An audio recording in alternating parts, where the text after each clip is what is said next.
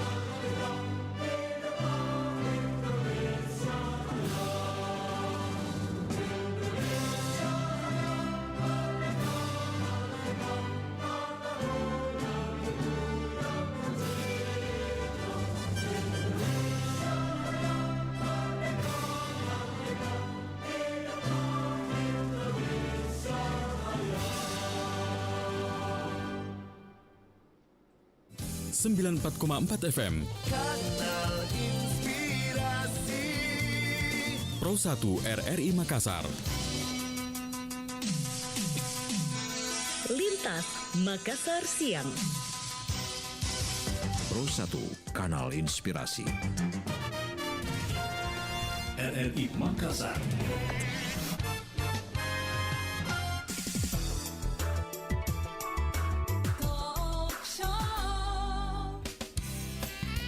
Assalamualaikum warahmatullahi wabarakatuh. Pendengar Pro 1 dimanapun Anda berada, kami hadir kembali di Lintas Makassar siang. Di awal jumpa kita akan bersama-sama dalam dialog khusus seputar rancangan undang-undang penilai. Mungkin ada agak bingung ya, ini kenapa tiba-tiba ada dialog khusus tentang rancangan undang-undang penilai.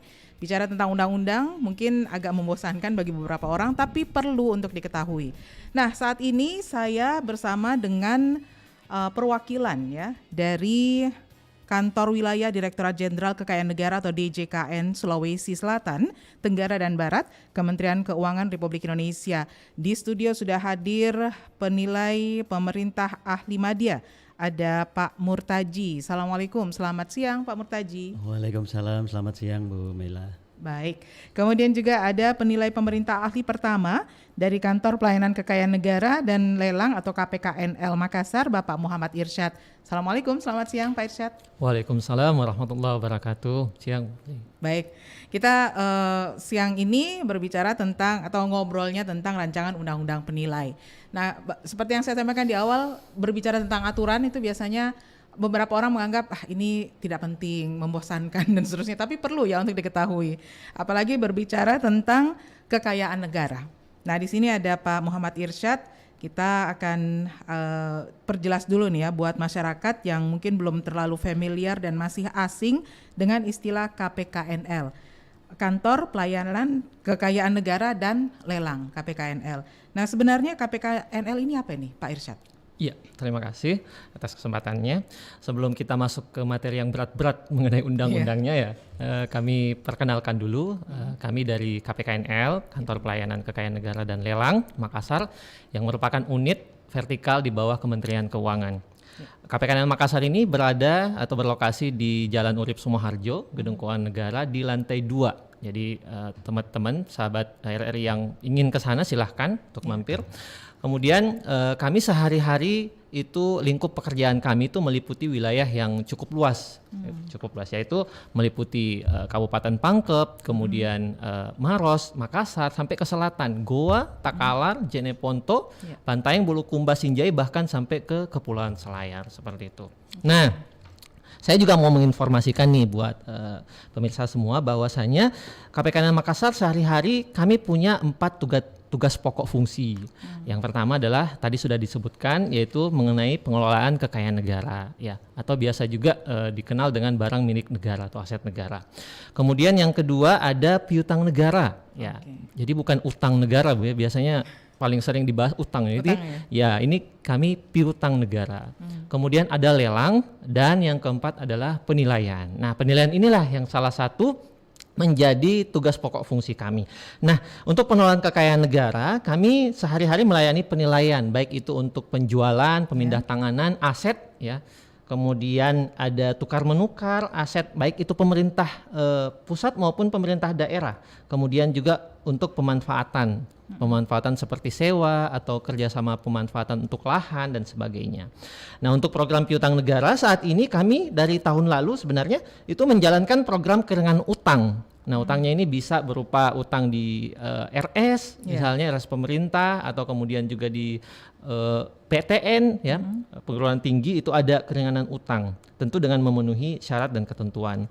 Dan terakhir lelang, kami ada program lelang UMKM yang langsung bersinggungan dengan masyarakat pelaku UMKM seperti itu. Oke, jadi ini tergambar dengan jelas ya bahwa betapa pentingnya masyarakat mengetahui ada pelayanan kekayaan negara dan lelang ya KPKNL, karena biasanya masyarakat itu memanfaatkan barang milik negara yang berada di instansi tertentu ya. Betul. Apakah itu dalam bentuk sewa seperti di halaman RRI ini ada beberapa sekali, ya. Benar. Nah, itu ada kita punya kewajiban dan tidak serta-merta nanti mungkin ada lahan yang terpisah dengan instansi tapi tiba-tiba ada keinginan memiliki dan itu tidak boleh terjadi, Pak ya. Baik, saya ke Pak Murtaji dulu nih. Pak Murtaji, pada kesempatan ini mungkin bisa lebih diperkenalkan ke masyarakat kira-kira apa sih sebenarnya rancangan undang-undang penilai itu, karena penilai tadi petugas dari Pak Irsyad ya. Nah, untuk rancangan undang-undang ini masuk yang berat nih Pak. Rancangan undang-undang penilai, kemudian mengapa harus ada penyusunan rancangan undang-undang penilai? Apa pentingnya nih? Baik, terima kasih Mbak Mela atas kesempatannya. Ya. Yang pertama perlu kami sampaikan bahwa salah satu isu strategis yang ada saat ini adalah terkait dengan rancangan undang-undang tentang penilai. Nah, RUU penilai ini akan menjadi peluang bagi profesi penilai yang sekarang sudah ada, baik itu penilai pemerintah maupun penilai publik. Nah, sehingga ini penilai ini berpeluang menjadi trendsetter untuk standar setter untuk pelaksanaan penilaian di Indonesia, khususnya memang terkait dengan bidang penilaian. Nah, tugas besar untuk RUU penilai ini saat ini diinisiasi oleh Direktorat Jenderal Kekayaan Negara, Kementerian Keuangan. Nah, tentunya penyusunan RUU penilai ini melibatkan tim ataupun panitia antar kementerian lembaga, Mbak Mela. Ya, jadi tidak hanya Kementerian Keuangan tetapi juga kementerian terkait seperti Kemendagri, kemudian Kementerian Hukum dan HAM, kemudian juga kementerian yang lain seperti BPN dan sebagainya. Nah, kemudian dalam prosesnya RUU penilai ini sebenarnya sudah melewati masa yang lumayan cukup panjang, Mbak Mela. Jadi diawali dari pada tahun 2009 itu sebenarnya rancangan undang-undang penilai ini sudah masuk ke program legislasi nasional ya, atau prolegnas. Nah, cuman mungkin pada saat itu waktu yang ada belum cukup untuk pembahasan terkait dengan RUU penilai di Dewan. Kemudian pada periode berikutnya ini di 2014 sampai dengan 2019. Nah, ini juga sudah masuk prolegnas juga, cuman mungkin belum terbahas. Nah, yang terakhir ini di saat ini adalah di periode 2020 sampai 2024 ini tim panitia antar Kementerian Keuangan ini masih melakukan pembahasan dan harapannya memang nanti akan dibahas oleh dan disahkan di periode sebelum 2024 ini, Pak Mela. Nah, kalau berkaitan dengan urgensi yang tadi ditanyakan, nah ini ada beberapa yang bisa saya sampaikan. Yang pertama adalah memberikan kepastian hukum dan perlindungan hukum bagi masyarakat. Ya, jadi ini penting, Mbak Mela. Ya, jadi RUU ini akan memberikan kepastian hukum manakala mungkin kita pernah melihat banyak sekali kasus perselisihan atau persengketaan tentang masalah nilai ini, terutama kalau dalam rangka pelaksanaan bangunan untuk kepentingan umum ini melibatkan tanah-tanah ataupun bangunan yang menjadi milik masyarakat. Nah ini nilainya berapa ini, saya harus diganti rugi misalnya seperti itu. Nah sehingga nanti nilai yang penggantian itu nanti dengan RUU penilai ini harapannya masyarakat akan mendapatkan kepastian hukum berapa nilainya yang harus diganti, kemudian berapa lama waktunya, seperti itu, Mbak Mela. Nah yang kedua ini mendukung optimalisasi penerimaan negara. Nah seperti tadi Mbak Mela sebutkan di RRI ini kan ada lahan-lahan yang disewakan. Nah ini kan harus masuk ke negara. Nah ini salah satunya RUU penilaian nanti akan mendukung optimalisasi penerimaan negara dari pemanfaatan aset-aset yang memang dimiliki oleh negara. Nah ini sebagai informasi saja ini Mbak Mela ya. Transparansi transaksi properti melalui peran penilai ini saat ini yang sudah terjadi itu dapat meningkatkan pendapatan negara secara signifikan. Ini lebih dari 100 triliun rupiah, Mbak Mela. Nah, jadi cukup besar memang peran urgensi RUU penilai ini dalam perjalanannya. Kemudian urgensi yang ketiga yang bisa saya sampaikan adalah mendukung upaya pencegahan krisis ekonomi. Nah, sebagaimana kita ketahui bahwa transaksi keuangan dengan underlying aset ini dapat menunjukkan nilai yang sebenarnya, sehingga ini bisa mengurangi performance loan ya, non performance loan. Jadi ini semacam piutang yang tidak berpotensi. Nah ini bisa diminimalisir dengan penilai ini tadi, sehingga krisis ekonomi bisa dicegah. Nah ini 3 urgensi yang utama yang bisa saya sampaikan, Mbak Mela, sehingga harapannya memang RUU penilai ini akan menjadi payung hukum bagi profesi penilai di Indonesia dan tugas besar ini bisa diselesaikan tidak hanya oleh DJKN sendiri, tetapi juga kementerian-kementerian yang lain, termasuk juga organisasi profesi penilai di swasta seperti MAPI, terus kemudian teman-teman profesionalisme praktisi maupun dengan akademisi, seperti itu, Mbak Bella. Oke, jadi ini masih dalam proses rancangan undang-undang, jadi masih perlu banyak masukan gitu ya Pak ya dari beberapa sektor di masyarakat. Betul, tadi saya tertarik ada kata-katanya Pak Murtaji ini tentang piutang tidak berpotensi. Memang ada piutang yang tidak berpotensi, Pak ya? Iya, jadi ketika misalnya seperti ini, ketika pada saat penjaminan misalnya ya, nilai aset ini kalau tidak dinilai dengan benar, ini berpotensi nanti nilai hutang yang diberikan ini terlalu besar dibanding nilai asetnya, sehingga dalam perjalanan kalau macet nanti kan otomatis ini muncul tidak berpotensi untuk tidak menutup besarnya pinjaman yang diberikan, sehingga ini kan bisa menimbulkan krisis ekonomi seperti itu. Oke. Jadi ini untuk saya cukup jelas, tapi kalau untuk ke masyarakat ini saya pikir masih agak ambigu ini ya. Menarik sebetulnya, tapi satu hal ini kayaknya benar ya yang beredar di media sosial itu pernyataan dari Menteri Sri Mulyani bahwa di Indonesia itu beda dengan luar negeri. Kalau luar negeri aset yang bekerja. Walaupun orangnya tidur, pegawainya tidur, tapi asetnya tetap menghasilkan. Nah, apakah ini nanti akan mengarah ke sana bahwa semua aset yang dimiliki oleh negara itu akan maksimal kerjanya dan menghasilkan terus-menerus, walaupun mohon maaf Pak ya, pegawai dari Kementerian Keuangan mungkin dikurangi atau gimana seperti itu. Ya baik, terima kasih Mbak Mela. Jadi apa yang disampaikan oleh Bu Menteri Keuangan itu betul sekali, bahwa memang yang diharapkan adalah negara kita ini kan punya aset-aset negara yang sangat besar, tersebar dari Aceh sampai Merauke seperti itu. Nah, ini kan harapannya memang aset-aset yang ada ini optimal begitu. Tugas pemerintah adalah memberikan layanan kepada masyarakat. Ya, artinya aset-aset yang dimiliki oleh negara itu digunakan untuk pemberian layanan kepada masyarakat. Tetapi ketika ada aset-aset yang tidak optimal, istilahnya mungkin underutilized gitu ya, belum termanfaatkan secara baik. Nah, ini harus dioptimalkan Nah, dioptimalkan ini memerlukan peran penilai, sehingga nanti tidak ada lagi lahan-lahan yang tidur. Nah, itulah yang dimaksud dengan aset kita masih banyak yang tidur, itu harapannya seperti itu. Jadi supaya aset-aset yang belum teroptimalkan itu bisa dioptimalkan, baik itu misalnya melalui sewa ataupun kerjasama pemanfaatan seperti itu, Mbak Mela. Jadi harapannya memang ke sana nanti.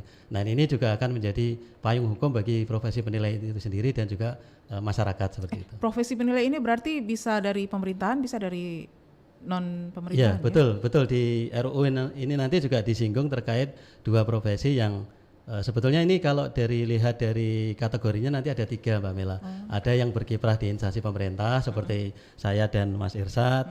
Kemudian ada teman-teman di penilai publik, penilai swasta. Mungkin Mbak Mela di Makassar bisa pernah melihat ya kantor jasa penilai publik seperti itu. Nah, itu teman-teman yang penilai yang berkiprah di swasta. Nah, kemudian yang ketiga yang berkaitan dengan perbankan. Itu di perbankan itu juga ada yang namanya penilai internal. Jadi ketika teman-teman di perbankan sebelum memberikan kredit misalnya, yaitu tim penilai internalnya turun untuk menilai berapa nilai jaminan yang akan digunakan dalam perjanjian kredit seperti itu.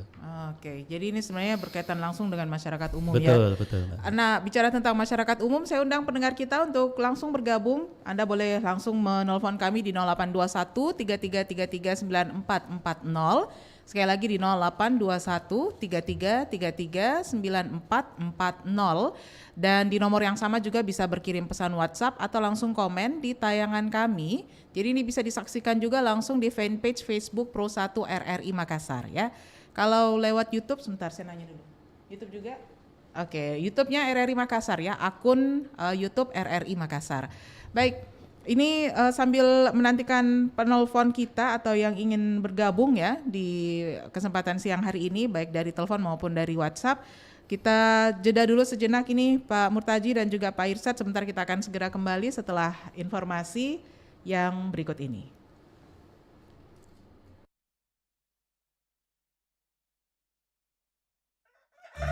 Hai, ini Ciki. Orang menyebutnya Ciki Double alias Ciki doyan belanja. Belanja dulu ah. Bentar-bentar belanja, ketemu barang bagus sedikit langsung beli. Tapi kalau lagi kepepet, Tik, pinjem duit dong. Mau bayar kos nih. dia mulai cari pinjaman. Tapi sayang, uangnya malah dipakai belanja lagi. Ada diskon. Belanja lagi ah. Sampai akhirnya Ciki, bayar utang woi. Halo? Mbak, angsurannya kapan mau di store? Ciki, uang kos kapan dibayar? gaya hidup konsumtif bisa mengancam kesehatan mental dan finansial. Yuk belanja sesuai kebutuhan, bukan keinginan. 94,4 FM Kanal Inspirasi Pro 1 RRI Makassar. Baik pendengar, masih dalam dialog khusus kami di kesempatan siang hari ini bersama dengan Direktorat Kanwil Direktorat Jenderal Kekayaan Negara atau DJKN Sulawesi Selatan, Tenggara dan Barat, Kementerian Keuangan Republik Indonesia, dan juga dari Kantor Pelayanan Kekayaan Negara dan Lelang atau KPKNL Makassar. Ada Pak Murtaji dan juga Pak Muhammad Irsyad di studio. Buat Anda yang ingin bergabung tetap kami buka di line telepon dan juga line WhatsApp kami di 0821 3333 9440. Nah, Pak Murtaji dan juga Pak Irsyad, ini ada pertanyaan dari pesan WhatsApp yang menanyakan tentang saya Pak Abdullah di Makassar, sebagai warga yang punya jaminan di bank yang akan dilelang ya, dilelangnya di kantor lelang Urip Sumoharjo. Nah ini kan dinilai dulu, yang menilai itu orang banknya sendiri. Pak Abdullah ini merasa kok nilainya itu tidak sesuai dengan pasaran. Sepertinya itu diatur, tidak ada aturan sama sekali yang jadi patokan ya. Jadi di aturan yang diomongin sekarang sama siapa tadi ya, Pak Murtaji ya, kalau diatur enggak, nilainya itu kok rasanya rendah sekali. Jadi belum ada patokan sama sekali tentang nilai jaminan di bank yang akan dilelang ini. Nah masalahnya sekarang bagaimana atau sistem seperti apa yang digunakan untuk menilai jaminan tersebut, karena undang-undangnya sendiri kan belum ada. Nah, bagaimana ini supaya nilainya sesuai dengan pasar atau sebagai pemilik barang jaminan yang mau dilelang itu tidak dirugikan? Mohon jawabannya karena saya sebagai pemilik tanah atau bangunan yang akan dilelang itu kalau terlalu murah berarti benar ya jadinya ganti rugi bukan ganti untung ya. Sementara itu kan kalau orang bank sendiri yang menilai kayaknya merugikan ke nasabahnya. Nah, ini gimana Pak Murtaji atau Pak Irsad nih yang akan menjawab? Baik, mungkin saya Mbak Mela ya. Ini apa yang disampaikan oleh Pak Abdullah tadi ya, bahwa ini termasuk ke urgensi yang ketiga tadi Mbak Mela, yaitu mencegah krisis ekonomi. Nah, seperti tadi saya sebutkan di awal bahwa di perbankan itu ada tim penilai, namanya penilai internal. Ya, itu yang tugasnya memang di perbankan itu melakukan penilaian untuk aset-aset barang jaminan. Nah, mereka memang bekerja di bank tersebut dan khusus untuk melakukan penilaian. Nah, untuk menilai barang jaminan para nasabah yang memiliki perjanjian kredit dengan bank, ya, nanti apabila di RUU penilaian ini sudah diundangkan, maka profesi penilai tadi yang ada di bank tadi itu punya syarat, ada syaratnya Mbak Mela, yaitu mereka harus memiliki sertifikasi lulus uji kompetensi di bidang penilaian. Jadi tidak sembarang orang yang bisa menentukan berapa nilai jaminan di bank itu gitu. Tetapi mereka adalah orang yang sudah lulus ya, memiliki sertifikasi lolos uji kompetensi di bidang penilaian. Nah, ini yang diharapkan tadi untuk menjamin profesionalisme penilai dalam bekerja. Mereka juga ada kode etik yang harus dijaga oleh penilai tadi gitu. Nah, sehingga dalam bekerja mereka akan profesional, menjaga integritas, tidak ada markup ataupun titipan yang lain-lain seperti itu ya, sehingga kredit yang dibayarkan nanti akan bisa di cover oleh jaminan yang diajukan oleh masyarakat.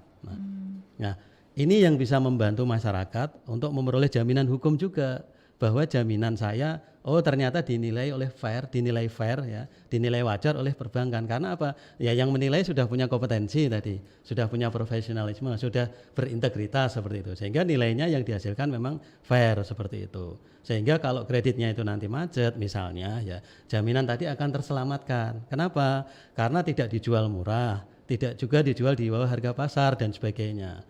Sehingga kompetensi, integritas dan profesionalisme serta kode etik itu tadi yang juga dijamin di dalam RUU penilai ini gitu. Mungkin itu Mbak Mela. Berarti emang benar penting ya untuk undang-undang penilai itu. Betul ya, ini bersinggungan dengan kepentingan masyarakat langsung seperti itu. Oke. Berarti nanti kedepannya ini akan ada profesi penilai Pak ya? Sebetulnya saat ini sudah ada. Cuman memang aturan baku untuk payung hukum undang-undangnya ini masih dalam proses penyusunan. Secara akademis mereka belajarnya lewat apa nih? Jurusan apa nih di perguruan tinggi? Atau ada jurusan khusus? Ada Mbak Mela. Jadi kalau lewat jalur akademisi, ini bisa lewat universitas. Ini yang membuka jurusan manajemen properti dan penilaian. Nah, ini yang ada S1, kalau yang ada S2 seperti yang kemarin saya tempuh Mbak Mela, itu saya di UGM Yogyakarta, di Universitas Gadjah Mada itu ada S2 strata 2 untuk manajemen aset dan penilaian properti. Nah, itu memang lulus dari situ sudah punya syarat pendidikan. Nanti di depan akan saya sampaikan ya. Selain syarat pendidikan nanti juga lulus ujiannya seperti itu Mbak Mela. Oke. Ya. Jadi bertambah lagi nih profesi yang menjanjikan ini ya di tanah air. Betul Mbak Mela. Jadi kalau misalnya kebetulan ada yang punya jaminan di bank, kemudian ya nauzubillah min zalik ya, ada kemacetan seperti itu terus harus dijual. Nanti kalau misalnya penilai dari bank menilai sekian, kita bisa cross check nggak ke penilai di luar? Masyarakat bisa melakukan cross check. Second opinion bisa. Second opinion bisa ya. Alhamdulillah kalau begitu. Oke, saya ke Pak Irsad nih. Pak Irsad, dalam tatanan vertikal ini sejauh mana pentingnya rancangan undang-undang penilai ini bagi penilai yang ada di lingkungan Provinsi Sulawesi Selatan, Pak Irsad? Tadi sudah sedikit diberikan gambaran bahwasanya penilai ini sebenarnya adalah profesi yang sudah lama ya. Namun memang belum memiliki payung hukum terutama undang-undang. Jadi selama ini payung hukumnya ada, tapi baru di level peraturan menteri atau paling tinggi adalah peraturan pemerintah seperti itu. Dan itu sifatnya hanya internal biasanya. Padahal yang kita inginkan ini kan adalah masyarakat juga ya tersentuh ya. Ada juga kepentingan masyarakat di dalamnya. Dan tentu nanti kalau ada persengketaan misalnya ya, itu ada payung hukumnya dan bisa diselesaikan lewat jalur hukum dengan lebih jelas, dengan lebih kuat. Nah, tadi juga sudah saya sampaikan bahwa di KPKNL Makassar tusinya meliputi pengelolaan kekayaan negara, kemudian ada lelang, ada piutang negara, dan termasuk juga penilaian. Saat ini kami penilai khususnya penilai pemerintah di DJKN itu kami menilai aset-aset yang dikelola oleh negara atau pemerintah. Kemudian ada juga penilai pajak juga sebenarnya. Jadi penilai pajak betul. Penilai pajak ini tentunya menilai dalam proses penilaiannya dia kegiatan aktivitas ekonomi yang ada di masyarakat, apakah itu perusahaan misalnya ataupun bahkan UMKM kan. Ada di situ ada proses penilaian untuk menilai sejauh mana pajak yang ada, termasuk juga pajak daerah seperti itu. Nah, ada juga penilai di Kementerian ATR atau Badan Pertahanan Negara. Nah, biasanya ini pasti bersinggungan dengan tanah. Jadi tukar guling tanah misalnya, atau mau pemetaan tanah atau pengadaan tanah seperti tadi sempat disinggung untuk kepentingan umum ya, untuk infrastruktur, dan itu mau tidak mau sering sekali bersinggungan dengan masyarakat juga seperti itu.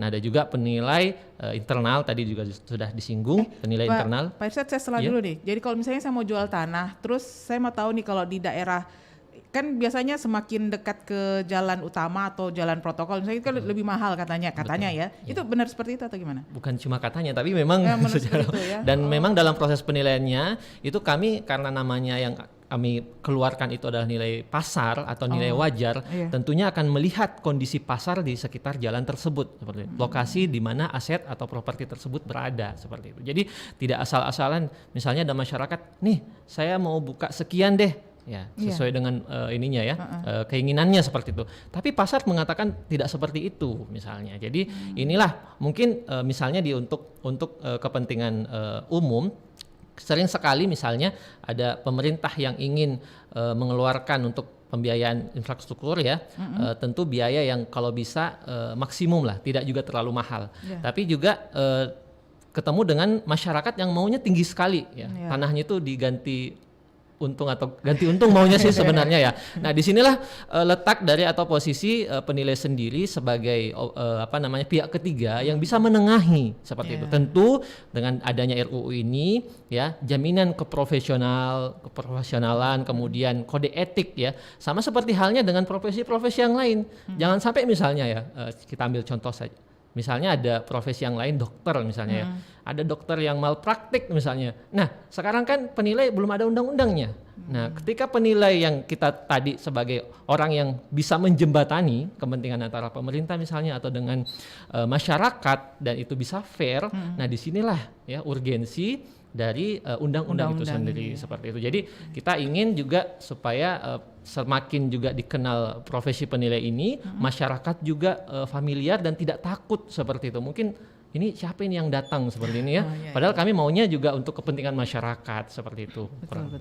Jadi itu tadi ya, secara dalam tataran vertikal ini penting ya rancangan undang-undang bagi penilai yang ada di lingkungan Provinsi Sulawesi Selatan. Nah, tadi baru sampai poin berapa tuh? Ada yang intinya adalah ini mewujudkan adanya kepastian hukum ya, baik bagi penilainya maupun benda yang dinilai dan pemilik dari benda yang dinilai. Saya ke Pak Murtaji lagi nih. Pak Murtaji, dalam konteks perpajakan, sejauh mana urgensi rancangan undang-undang penilai ini bagi penilai pajak?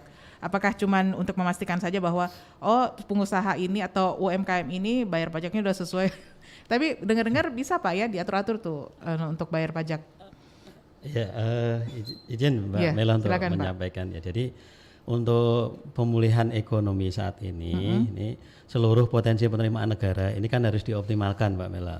Seperti teman-teman di Direktorat Jenderal Pajak, ini ada yang namanya fungsional penilai pajak. Nah, itu juga penilai. Nah, jadi peran penilai pajak ini sangat vital ya dalam menilai aset yang memiliki potensi ekonomi tinggi dan potensi pajak yang tinggi, seperti perkebunan ya, milik perusahaan-perusahaan besar. Kemudian ini untuk dalam rangka menggenjot penerimaan pemerintah dari pajak. Nah, dengan RUU penilai ini nanti diharapkan profesi penilai ini adalah menjadi profesi keuangan yang semakin berkembang.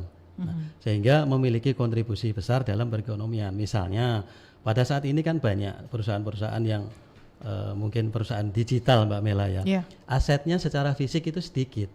Tetapi secara digital kan contohnya Gojek misalnya. Iya. Gojek itu aset fisiknya sedikit, tetapi valuasinya aset digitalnya itu kan besar juga. Kemudian misalnya Tokopedia, Shopee dan lain-lainnya. Ini juga perkembangan teknologi ini mempengaruhi peran penilai seperti itu. Nah, sehingga kalau penilai ini handal, nanti harapannya otomatis penerimaan negara juga semakin meningkat begitu, Mbak Mela. Kalau dari sisi perpajakan. Menarik itu ya, karena ngomong tentang digital berarti pedagang-pedagang online ini bisa kehitung pajaknya Pak ya? Iya bisa Mbak Mela, bahkan kan malah di Direktorat Jenderal Pajak juga meluncurkan program untuk pajak untuk UMKM. Jadi kalau untuk UMKM memang porsinya penyesuaian besarannya disesuaikan kecil misalnya seperti itu.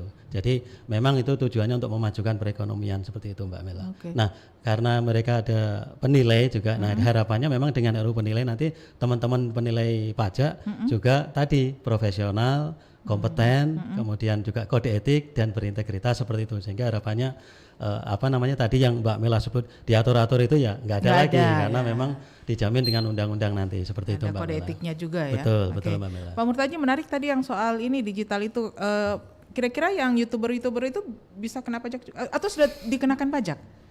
Penghasilannya lumayan loh. Iya itu dalam kalau sepengetahuan saya memang Direktorat Jenderal Pajak selalu melakukan monitoring seperti itu Mbak Mela. Jadi kalau seperti itu memang ada aturannya, dan memang sudah dihimbau untuk teman-teman yang memang mendapatkan penghasilan dari digital ya, dari YouTube ataupun dari Instagram dan sebagainya itu untuk kalau sudah melebihi PTKP Mbak Mela sebagai warga negara yang baik gitu kan, ya melapor ke negara untuk menunaikan kewajibannya sebagai wajib pajak seperti itu Mbak Mela. Kalau di bawah PTKP ya tidak perlu seperti itu. Tapi kalau nggak melapor, ketangkap nggak? Nggak ya? Jangan dong. Jadi takut ini ya. Kita mengimbau kesadaran dari masyarakat Mbak Mela. Gitu, masih dalam himbauan ya, tapi nanti 5 tahun ke depan sudah ada ketegasan di situ ya. Baik Pak Murtaji, dalam penyusunan rancangan undang-undang penilai ini hal-hal baru apa saja yang akan jadi perhatian, akan diatur di sana? Iya baik Mbak Mela, ini kita masuk ke inti ya daripada RUU penilai ini ada beberapa hal baru yang diatur di dalam rancangan undang-undang tentang penilai ini. Di antaranya ini yang pertama adalah bahwa penilai, yang namanya penilai ini wajib terdaftar dalam register negara penilai Mbak Mela. Jadi kalau ada profesi seperti akuntan itu ada juga namanya register negara akuntan. Jadi kalau penilai akuntan itu memang harus terdaftar di dalam register negara. Jadi itu yang aturan baru yang diatur di RUU ini. Nah, untuk terdaftar dalam register penilai tadi Mbak Mela, ini harus memenuhi syarat. Ada syarat-syaratnya gitu. Yang pertama jelas itu adalah warga negara Indonesia atau WNI.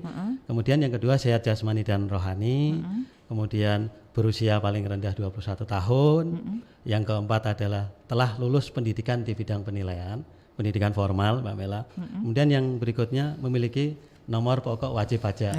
Ini yang penting ya, terdaftar Mbak Mela. Nah, ini juga ada program baru ini mulai tahun ini Mbak Mela.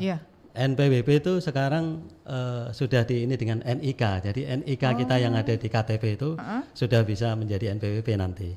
Sekarang sudah mulai bisa diregistrasi di jadi website. Single identity number betul, gitu ya. Betul Mbak Mela. Nah, kemudian juga syarat berikutnya tidak berada dalam pengampuan. Nah, ini istilahnya cakap secara hukum Mbak Mela untuk menjadi penilai. Nah, ini yang poin yang pertama. Jadi siapa yang bisa menjadi penilai ini diatur di dalam RUU penilai. Nah, kemudian yang kedua, di dalam RUU penilai ini juga diatur mengenai pusat data transaksi properti Mbak Mela. Ya. Jadi pemerintah ini kan bertanggung jawab untuk menyelenggarakan dan mengadakan pusat data transaksi properti. Nah, ini yang saat ini memang belum ada secara maksimal seperti itu. Nah, pusat data transaksi properti ini nanti diperoleh dari data hasil transaksi jual beli, pemindahan aset ataupun pemanfaatan aset. Yang dilakukan oleh si penilai tadi. Betul, sehingga nanti masyarakat bisa cross check. Coba saya di Jalan Urip Sumoharjo itu transaksi nilai propertinya, nilai tanah per meter persegi berapa sih gitu. Kok saya punya tanah di situ misalnya ya dinilai kok terlalu rendah atau perasaan terlalu rendah seperti itu. Nanti bisa cross check dengan pusat data transaksi properti ini gitu. Nah, kemudian yang ketiga, pengelolaan data transaksi ini nanti memang termasuk dalam informasinya nanti akan dipublish kepada masyarakat Mbak Mela. Ya.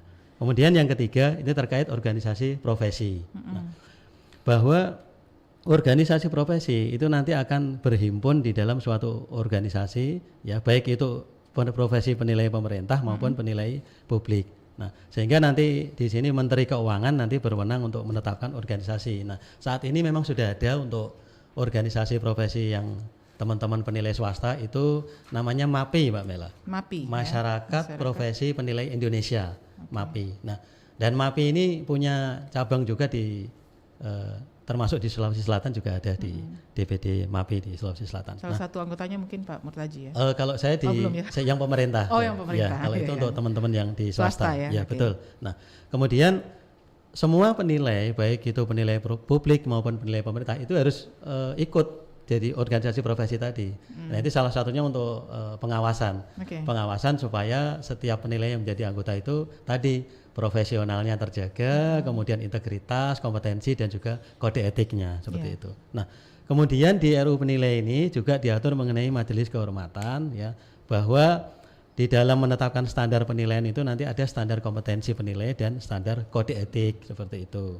Nah, sehingga nanti harapannya memang secara profesionalisme, secara kompetensi penilai ini benar-benar terjaga dengan adanya majelis kehormatan tadi. Kalau ada yang supaya kode etiknya benar-benar dilaksanakan seperti itu, sehingga apa yang diduga oleh masyarakat kok nilainya terlalu rendah atau takut di yang gimana-gimana itu akan terlindungi dengan RUU penilai ini, Mbak Bella. Inilah memang istilahnya jaminan hukum bagi masyarakat, baik itu masyarakat pengguna maupun profesi penilai itu sendiri. Seperti itu, Mbak Mela. Oke, nah ini lengkap sekali ya, tapi sayangnya sekali lagi nih masih dalam rancangan. Mudah-mudahan bisa segera dibahas, kemudian bisa diketok palu sebelum 2024 ya, soalnya 2024 pasti bakal rame nih ya, tinggal setahun waktunya. Betul. Prolegnasnya ini dari 2009 ya? 2009, 3 periode Mbak Mela. Mohon kesabaran Anda, ini ujian ya. Oke, kita jeda dulu kembali. Sebelum kembali saya undang Anda untuk yang ingin bergabung ya, 0821 3333 9440. Kami akan segera kembali setelah yang berikut ini. Wih, healing mulu nih. Weekend kemarin kemana lagi tuh? Pengen dong kayak kamu. Kamu mau healing kemana aja terserah sih. Yang penting kan ada cuannya. Wah, banyak duit dong. Makanya jangan kerjanya di kantor mulu. Kayak kagak. Tipes iya. Kayak aku dong. Pinter-pinter cari tambahan di luar. Oh, tambahan di luar. Terus deadline kemarin nggak dikelarin? Yang penting mah absen kan jalan, gaji jalan. Si Barbara, logikanya ya, gaji jalan, kewajiban jalan. Kalau ada tambahan di luar, berarti kalau ada waktu tambahan juga dong. Ini malah di luar healing, di kantor hilang. Pro 1, Kanal Inspirasi. RRI Makassar.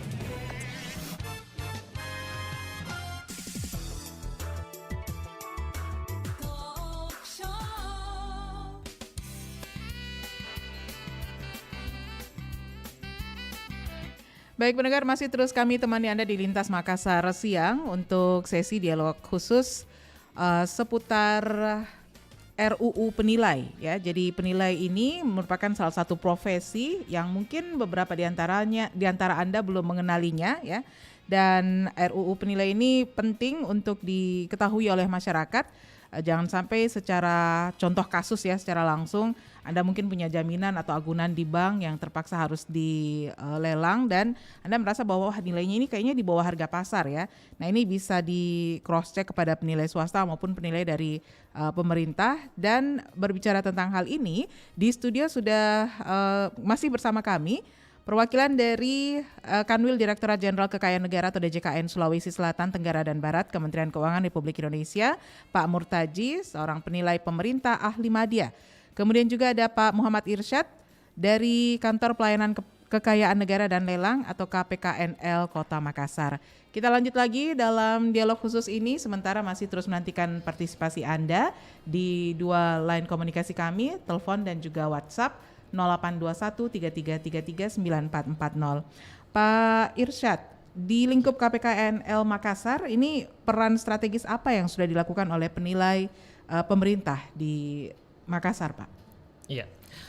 Jadi selama ini kami antara lain sudah melaksanakan yang namanya revaluasi BMN atau revaluasi penilaian kembali barang milik negara. Nah, tentu gambarannya masyarakat ini kan itu sudah membayar kewajibannya pajak ya.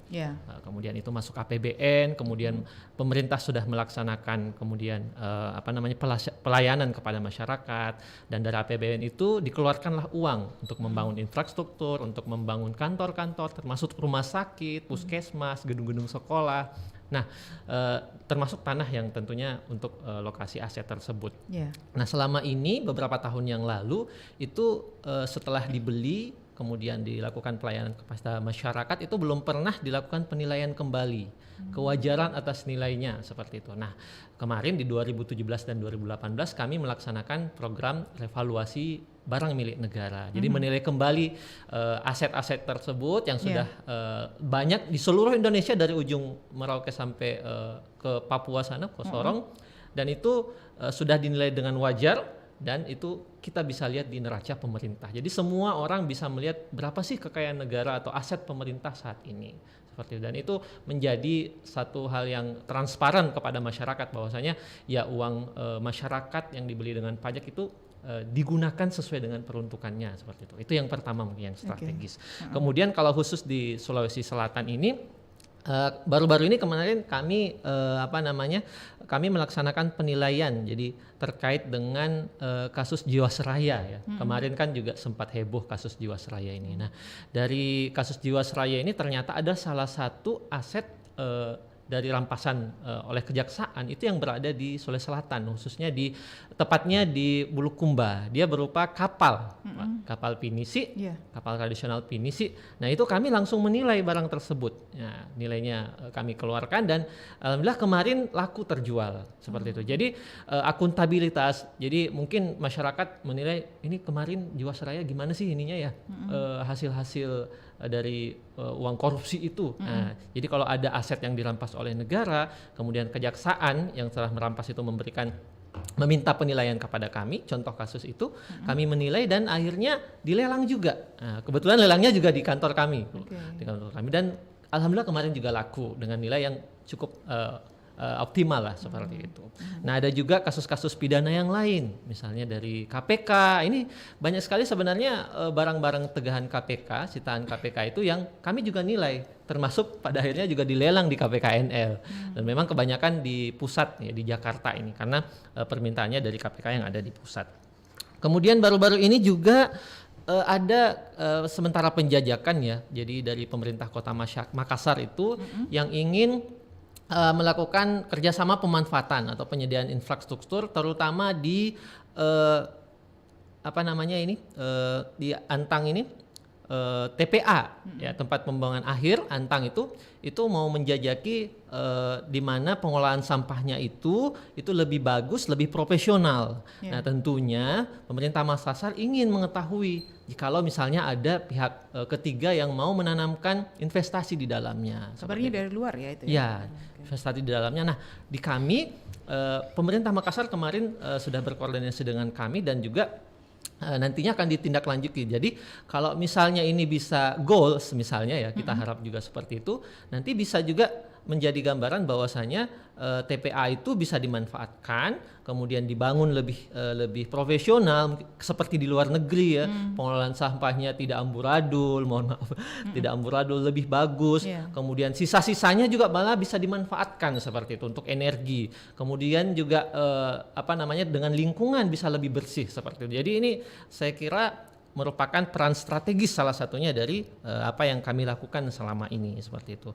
Juga ada pemindah tanganan aset untuk penjualan melalui lelang. Jadi banyak kendaraan-kendaraan bermotor yang sebenarnya masih cukup layak ya, dari pemerintah, baik itu pemerintah pusat ya, ataupun pemerintah daerah yang kami sudah nilai kendaraan mobil. Ada ya, sebut saja ada selama ini sudah ada misalnya Pajero, kemudian Alphard juga ada, bahkan ada jet ski ya, kemudian motor-motor juga ada, dan itu selama ini sudah kami nilai dan akhirnya dilelang dan laku. Yang beli juga masyarakat. Jet skinya sudah laku, Pak? Kalau kebetulan jet skinya belum. Tapi mudah-mudahan kita berharap bisa nanti laku ya. Siapa tahu. Iya. Pinisi ada? Iya, kapal Kapal pinisinya pinisi itu yang ada. sudah laku, Iya, ya. sudah laku seperti itu. Termasuk dalam hal ini adalah barang aset atau barang milik daerah seperti itu. Barang milik daerah baru-baru ini beberapa pemerintah daerah juga sudah bekerja sama dengan kami.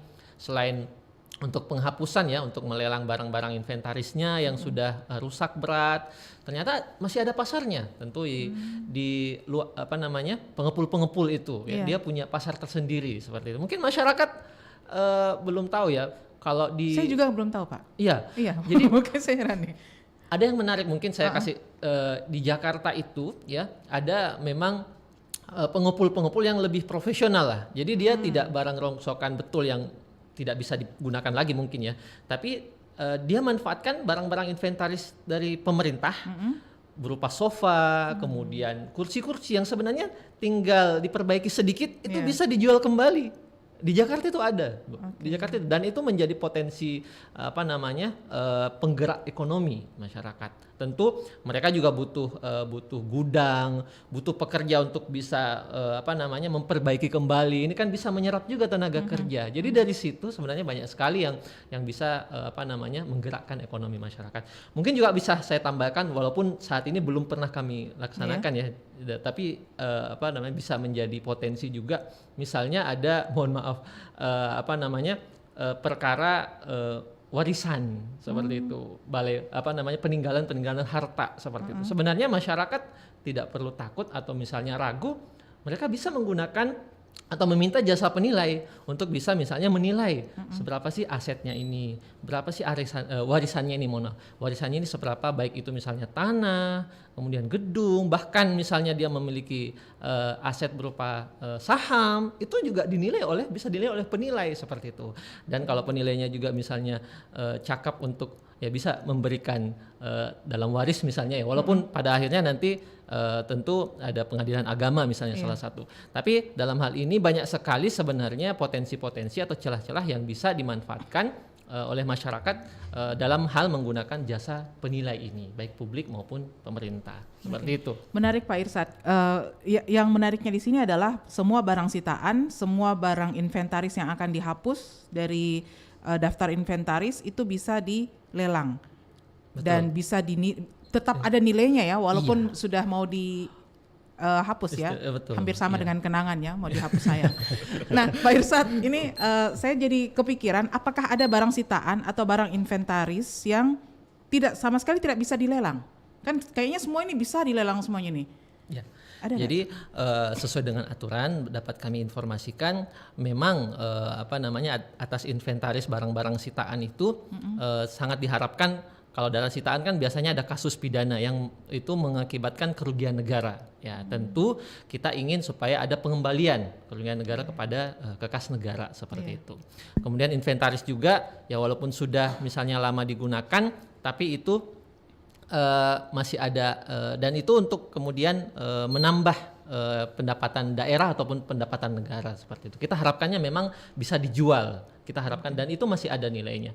Tapi untuk beberapa kasus tertentu memang akan ada aset-aset atau mungkin barang-barang baik itu sitaan maupun inventaris yang tidak bisa dijual begitu saja. Tidak bisa dijual karena tidak bernilai atau karena justru terlalu bernilai sampai tidak bisa dijual?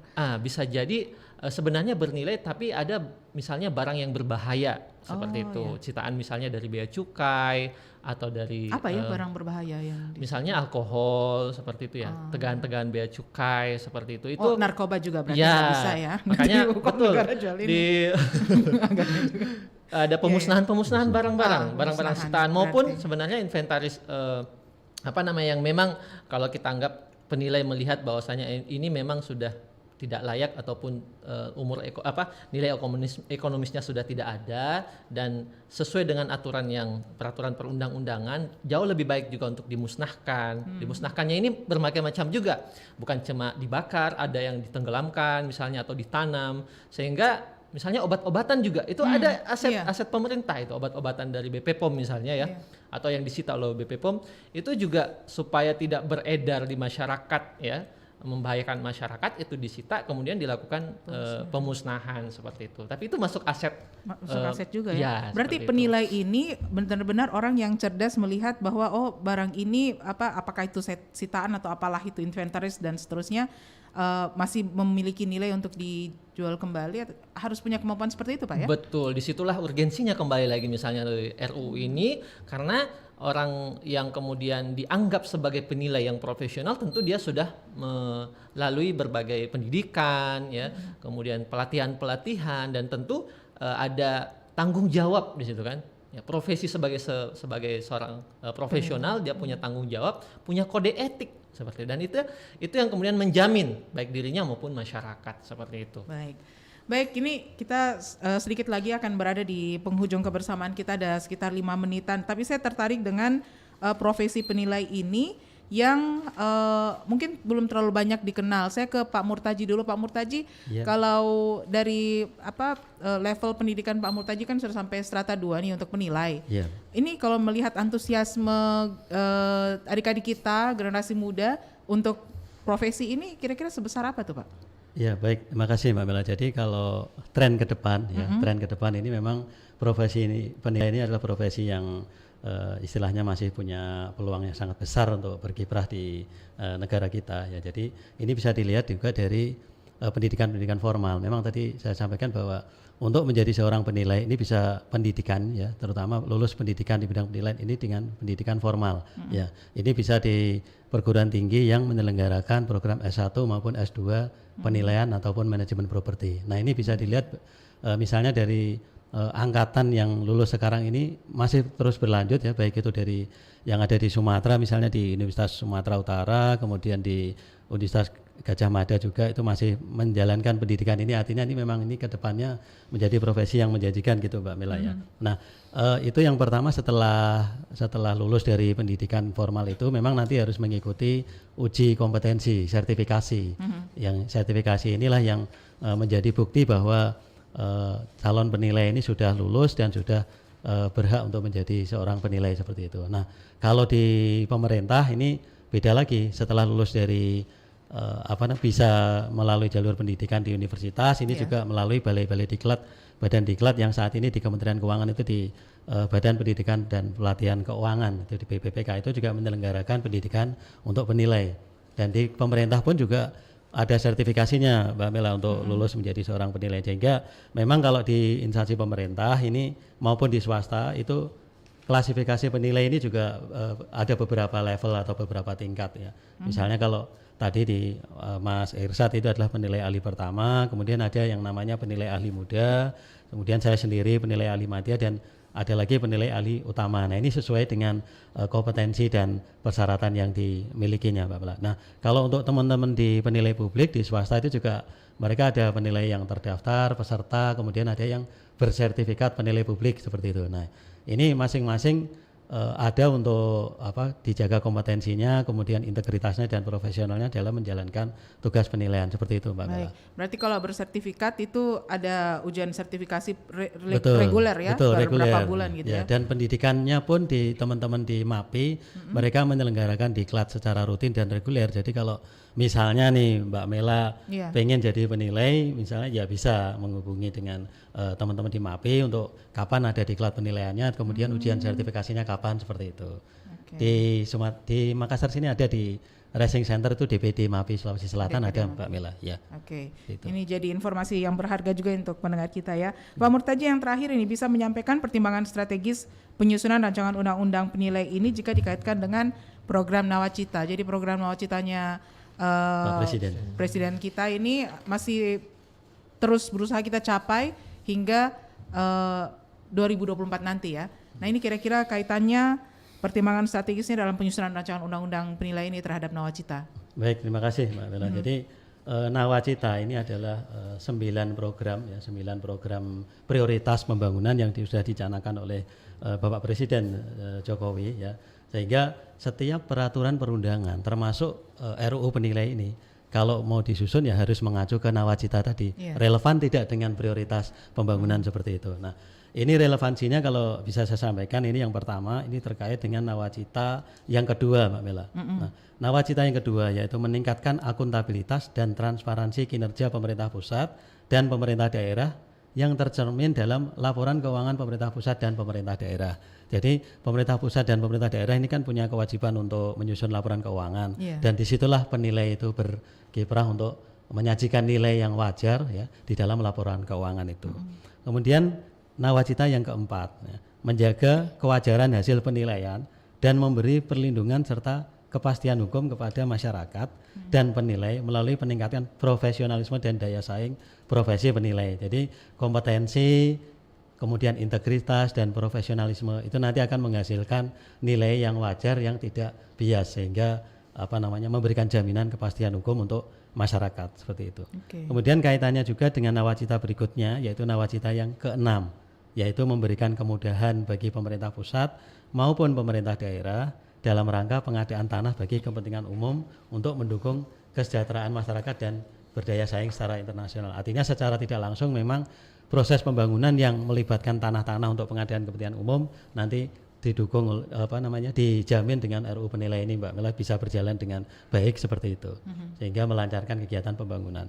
Kemudian nawacita yang terakhir yang bisa dikaitkan dengan RUU penilai ini adalah yang pertama nawacita ke-7, Mbak Mela, ini ada beberapa poin ya. Nawacita ke-7 ini yaitu menentukan besaran nilai sumber daya alam, ini SDA, yang mana negara kita ini terkenal dengan potensi sumber daya alam yang sangat besar, Mbak Mela, sehingga ini sangat penting RUU penilai ini untuk diundangkan seperti itu. Yang kedua, mempercepat pertumbuhan ekonomi sektor real yang sehat dan kuat melalui peningkatan kepercayaan masyarakat dan pelaku usaha dalam kegiatan perbankan.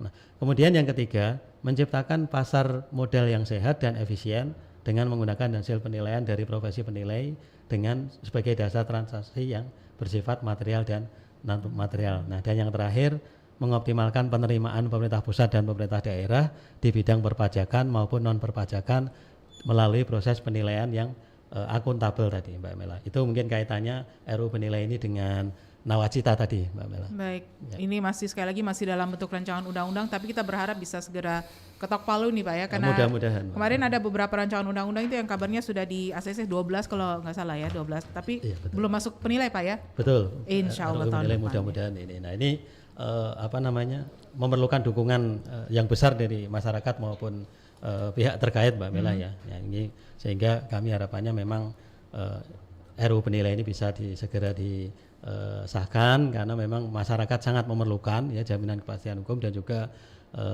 profesi yang terkait juga menunggu, istilahnya satunya menunggu RUU penilai sebagai payung hukum untuk jaminan hukum, kepastian hukum dalam pelaksanaan penilaian itu. Dan yang paling penting lagi, profesi penilai ini nantinya dengan adanya jaminan, dengan adanya undang-undang yang mendasari kegiatan mereka bisa lebih berkembang lagi di Indonesia ya. Betul. Terbuka lagi nih lapangan kerja lainnya di tanah air. Baik, Pak Murtaji, Pak Irsyad, terima kasih waktunya pagi hari ini. Siang hari ini di dialog khusus kita. Mbak Mela. Ya, boleh. Kita pantun untuk memberikan semangat kepada kita semua ya. Dari Makassar berkunjung ke Sinjai, dalam sehari sudah sampai. Kita semua berkepentingan dengan nilai. Mari dukung RUU penilai. Baik, terima kasih Pak Murtaji. Saya jadi ingat wawancara terakhir saya dengan KPK, bukan KPKNL ya, dengan KPK. Itu juga pakai pantun ya. Saya kecolongan yang kedua kali tahun ini. Seharusnya saya bisa lebih siap dengan pantun yang lain. Tapi sekali lagi terima kasih banyak. Informasi ini mudah-mudahan bermanfaat dan bisa disaksikan ulang, maksud kami, disaksikan ulang melalui tayangan Facebook kami di fanpage Facebook Pro 1 RRI Makassar, dan kalau punya pertanyaan bisa langsung komen di sana ya. Nanti kita akan teruskan pada pihak dari Direktorat Kanwil Direktorat Jenderal Kekayaan Negara DJKN Sulawesi Selatan, Tenggara dan Barat, Kementerian Keuangan Republik Indonesia, serta kalau punya pertanyaan juga untuk Kantor Pelayanan Kekayaan Negara dan Lelang KPKNL juga bisa kami teruskan. Sekali lagi terima kasih semuanya, dan pendengar, demikian akhir kebersamaan kami dalam dialog khusus seputar rancangan undang-undang penilai. Saya Melani Ahmad, sampai jumpa. Assalamualaikum warahmatullahi wabarakatuh. Harganya berapa? Cuma 250 juta. Wah, murah banget. Kapan ya jadi sultan? Pit, mau kerja gampang tapi cepat kaya nggak? Ngapain? Ngepet? Bukan. Jadi trader. Kita deposit uang di awal, tapi bisa dapat untung miliaran kalau menang. Tuh. Lihat deh, Dia ini trader, sekarang udah jadi afiliator. Umur 25 udah bisa hidup mewah. Aduh, flexing doang itu mah, supaya banyak yang gabung. Padahal nih ya, sistemnya nggak akan ada yang menang. Malah nanti uangnya masuk ke kantong si afiliator, kan rugi di kita. Masa sih? Padahal aku sempat percaya loh. Trading sih nggak masalah, tapi harus pastiin legalitas platform tradingnya berizin Bapepti atau OJK. Harus paham juga nih soal resiko sama hasilnya. Ngeri ya. Padahal niat pengen jadi sultan malah bisa stres karena duit hilang. Barang apa nih ya? Lucu sekali, beli deh. Yang ini sih sudah punya, tapi warnanya aku suka. Beli ah. Astaga, ada diskon nih. Tapi kan aku juga sudah punya. Beli tidak ya? Ah, beli aja deh. Masih suka kayak gini? Awas loh, jangan sampai karena lapar mata, kamu membeli barang yang sebenarnya tidak dibutuhkan. Yuk, lebih bijak lagi kalau belanja.